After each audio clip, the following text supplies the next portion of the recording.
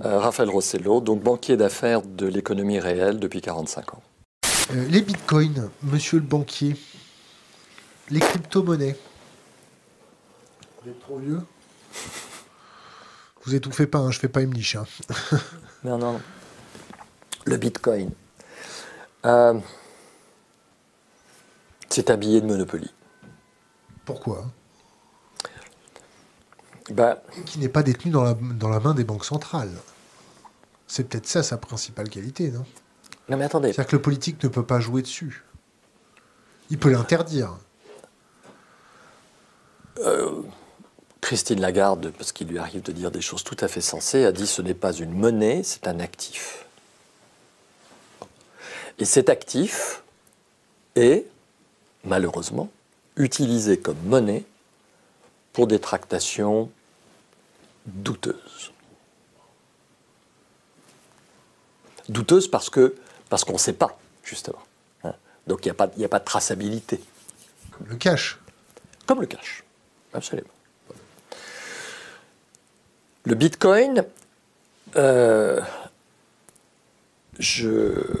vais vous répondre par une anecdote vécue sur Madison dans les années 98-99, puisque j'allais aux États-Unis au moins 5 fois par an, voir notre bureau américain, qui aimait beaucoup toutes les PME que j'emmenais que j'emmenais sur le marché. D'accord ? Et quand je lui demande à mon camarade, mais tu peux m'expliquer ce qui se passe ? Il me dit, ah, mais je vais te raconter l'anecdote du petit chat de la riche héritière qui se trouve toujours sur Madison, mais beaucoup plus haut, en face, pratiquement en face du Metropolitan Museum. C'est quoi? Ah bah, si, elle avait un adorable petit chat. Et sa voisine, qui avait le même hôtel particulier, lui dit « Ah, mais je voudrais absolument acheter ton petit chat. Est-ce que tu me le vends? » Oui, oui, oui. À combien? 20 millions de dollars. 20 millions de dollars pour un petit chat? Non, mais tu plaisantes. Bah, écoute, tu me demandes d'acheter mon petit chat, je te vends mon petit chat, 20 millions de dollars. Et je dis oui, et alors? Eh ben, elle a vendu son petit chat. Et elle a encaissé 20 millions de dollars. Ah, non. Elle a reçu 2 petits chiens à 10 millions de dollars chacun. Vécu, mon ami, vécu. C'est-à-dire que quand je crée ex nihilo une valeur, car le bitcoin, c'est pas parce qu'il y a un courant électrique qui vient nourrir un algorithme, c'est créé ex nihilo du cyberespace, ok? Si j'ai un con qui vient l'acheter en face de moi, je lui donne une valeur. Et je vais vous dire pourquoi je me méfie terriblement de ça. C'est que j'ai eu la chance, il est possible qu'il fasse partie d'ailleurs de vos éditeurs, d'introduire en bourse une affaire qui s'appelait Art Price. À Lyon. À Lyon. Oui, il y a un ancien hacker. D'accord. Bon. Et alors que tout le monde lui faisait la cour pour introduire sa société, votre serviteur l'a accompagné sur les fonds baptismaux du marché financier de Paris. Et il m'a expliqué, dans la ferme du chaos... la demeure. C'est la demeure? Je crois que c'était la ferme. La demeure du chaos. À la demeure du chaos. Il m'a expliqué un petit peu comment le marché de l'art, avant que je ne me tourne vers les métiers de l'argent, je voulais être un juriste de l'art. Okay? J'étais à l'école du Louvre et j'avais eu des amitiés avec un certain nombre d'experts et qui m'avaient raconté des histoires merveilleuses sur la problématique de la valeur de l'expertise. Bon. En fait, ce à quoi nous assistons aujourd'hui, c'est un gigantesque marché de l'art contemporain. Je ne dis pas l'art moderne, je dis l'art contemporain. Or, l'art contemporain consiste à raconter une storytelling, comme on dit, hein, une une histoire. Bon, on va en raconter une, hein, tous ensemble là, ce soir, on va s'en raconter une. Et comme vous avez une belle audience, voilà, on va prendre un fauteuil, on va considérer que Georges Pompidou avait ce fauteuil dans son bureau à l'Élysée, donc on va raconter tout ce qui s'est passé sur ce fauteuil, on va faire un joli petit truc, on va le mettre chez Sotheby's, mais chez Sotheby's, ils ne vont pas le prendre. Ils vont dire, non, ça c'est un meuble de bureau, etc. Et donc à ce moment-là, eh ben, on va tous ensemble, avec notre camionnette de brocanteurs, on va faire des petites salles de vente au fin fond du Valais, ou du Piémont, ou de la Castille, etc. La seule chose qu'on veut, c'est une trace écrite que le fauteuil, je l'ai mis à vendre 50 € et qu'il est passé à 100. Puis 100 à 200. Puis 200 à 400. Puis 400 à 500. Et j'arrive, et on se le vend entre nous, hein, bien sûr, et j'arrive au moment où ça vaut 100 000 $. Et là, pam, j'ai tous les grands marchands d'art qui ont des capteurs partout sur quels sont les objets d'art contemporain qui ont eu la croissance de la valeur la plus fulgurante possible. Et là, on change d'un coefficient, 10 ou 100. C'est que le même fauteuil va passer de 100 000 à 1 million, de 1 million à 10 millions. Vous croyez que je dis des chiffres complètement fous? Non. Non, non, non.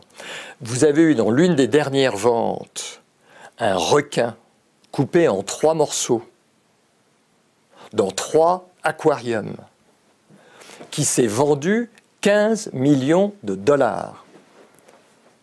Il y avait pour 3000 balles d'aquarium et il y avait pour 1500 balles d'une séance de chasse en Floride de pêche au requin. Prix de revient 5000, ok, rien. Prix de vente 15 millions. Je crée 14 millions et un de valeur. Est-ce que c'est pas une façon de sauvegarder son pouvoir d'achat en investissant dans de l'art? Parce que ne faisant plus confiance dans certains actifs, on vient se réfugier sur l'art. Et on monte ce bullshit storytelling pour... Alors moi, je reprends le terme de vieux. Pour moi, un objet a de la valeur s'il a été travaillé. Je reprends la notion du Bitcoin. Soit vous considérez que Tesla vaut... Pour la communauté, vous savez, vous bullshitez sur le Bitcoin, vous n'y connaissez rien. Là, je suis en train de lire les messages, ils sont en train de vous allumer. Mais attendez, mais j'ai autour de moi des... Blockchain, ça vous parle? Mais je sais comment ça fonctionne et j'ai introduit en bourse des gens qui fabriquent des blockchains. Comment ça fonctionne? Vous avez un algorithme qui crée une clé à une fraction de seconde, et vous avez de l'autre côté un autre algorithme qui crée une clé, ou un verrou plutôt, et c'est quand on marie la bonne clé avec le bon verrou que l'on crée une transaction unique, c'est clair, ça c'est certain, elle est unique dans toute l'histoire de l'humanité, et qu'on lui donne l'appellation d'un Bitcoin. Clair. Donc, sa spécificité, c'est d'être unique. Mais ma chaise, une fois que j'ai bullshité, elle devient totalement unique. Parce que, comment dirais-je? Mais je suis entouré de gens qui se mordent les doigts parce que je leur ai dit de ne jamais investir dans le Bitcoin. Et quand ils voient... Non. Mais oui, mais attendez, c'est les oignons de tulipe. Enfin, je pense qu'ils le connaissent tous. Donc, quand au XVIe siècle, un oignon de tulipe pouvait valoir aussi cher qu'un carrosse avec 4 chevaux qui représente le prix de quelque chose de phénoménal pour l'histoire, ça n'était qu'un oignon de tulipe. Donc, que l'on crée et que dans un espace, que dans un cyberespace, on donne une valeur de 30 000, puis 50 000, puis 100 000, etc. Ok, ça vaudra peut-être 1 million. Ça vaudra peut-être 1 million. Mais ça ne vaut 1 million que comme pour mes 2 petits chiens. Ça ne vaut 1 million que parce que vous et moi décidons de se l'acheter à 1 million. Il y a eu une expérience qui a été faite, je reviens au marché de l'art contemporain, où on a fait faire des copies, mais parfaites, d'œuvres qui ont été vendues à des prix astronomiques, pour les mettre dans des salles de vente plus petites ou chez des brocanteurs, etc., etc. Ça partait même pas au poids du cadre. Donc c'est bien l'histoire que l'on raconte. Et comme M. Musk je veux dire, il est fabuleux cet homme, c'est le pirate du siècle. Et comme tous les pirates, il est éminemment intelligent. Éminemment intelligent. Bon. Et donc, en donnant, je ne sais plus si c'était 1 milliard, 1,5 milliard de dollars de Bitcoin qu'il a acheté, il consolidait, il donnait un coup de tampon à la valeur. Mais ça l'arrange en tant que propriétaire à 10, 12, 15%, je ne me souviens plus, de Tesla, qui est surcoté par rapport à tout ce que l'on sait de 95%. Et ne venez pas me dire que ce chiffre de 95% est totalement loufoque. Les katas que j'ai vécus dans les années 2002, 2003, 2004 étaient sur 95% de décote. Souvenez-vous d'Alcatel, 100 000 personnes, leader mondial des télécoms, 99% de paumes pendant 3 ans, avant que ça ne rebalbutie. 99% de paumes. Donc quand je vous dis que Tesla est surcoté de 95%, c'est pas un chiffre, c'est que 5 ou 6% de 600 millions, ça fait 36 millions, ça fait 37, c'est la capitalisation boursière d'un géant automobile qui fait 10 fois plus de bagnoles, 10 fois plus rentable et qui a 100 fois plus de brevets que n'en a Tesla.